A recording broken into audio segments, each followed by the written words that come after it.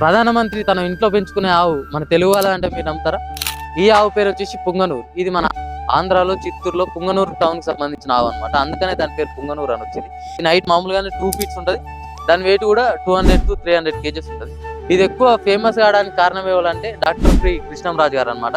మామూలుగానే చిన్న ఉంటుంది అంటే దాన్ని ఇంకా చిన్న చేసి ఒకటి మినీ నేచర్ గాను, ఇంకోటి మైక్రో మినీ నేచర్ గాను.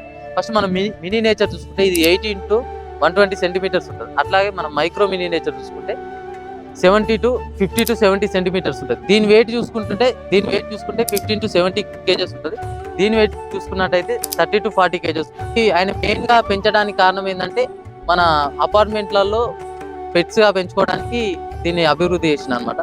ఇంకోటి దీన్ని పాలలో చూసుకున్నట్టయితే నార్మల్ గా ఆవులలో చూసుకున్నట్టయితే 3 to 4% ఫ్యాట్ ఉంటుంది. అట్లే మనం ఈ పుంగనూరు ఆవులో చూసుకున్నట్టయితే 8% ఫ్యాట్ ఉంటుంది అనమాట. అలాగే ఈ పుంగనూరు పాలలో 5 న్యూట్రిషన్స్ ఉంటాయి.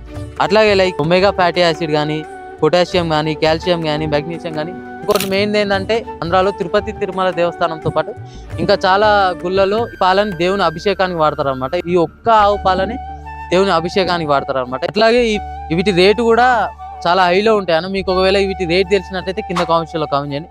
ఇట్లాంటి మంచి మంచి వీడియోల కోసం ప్లీజ్ ఫాలో అవ్వండి.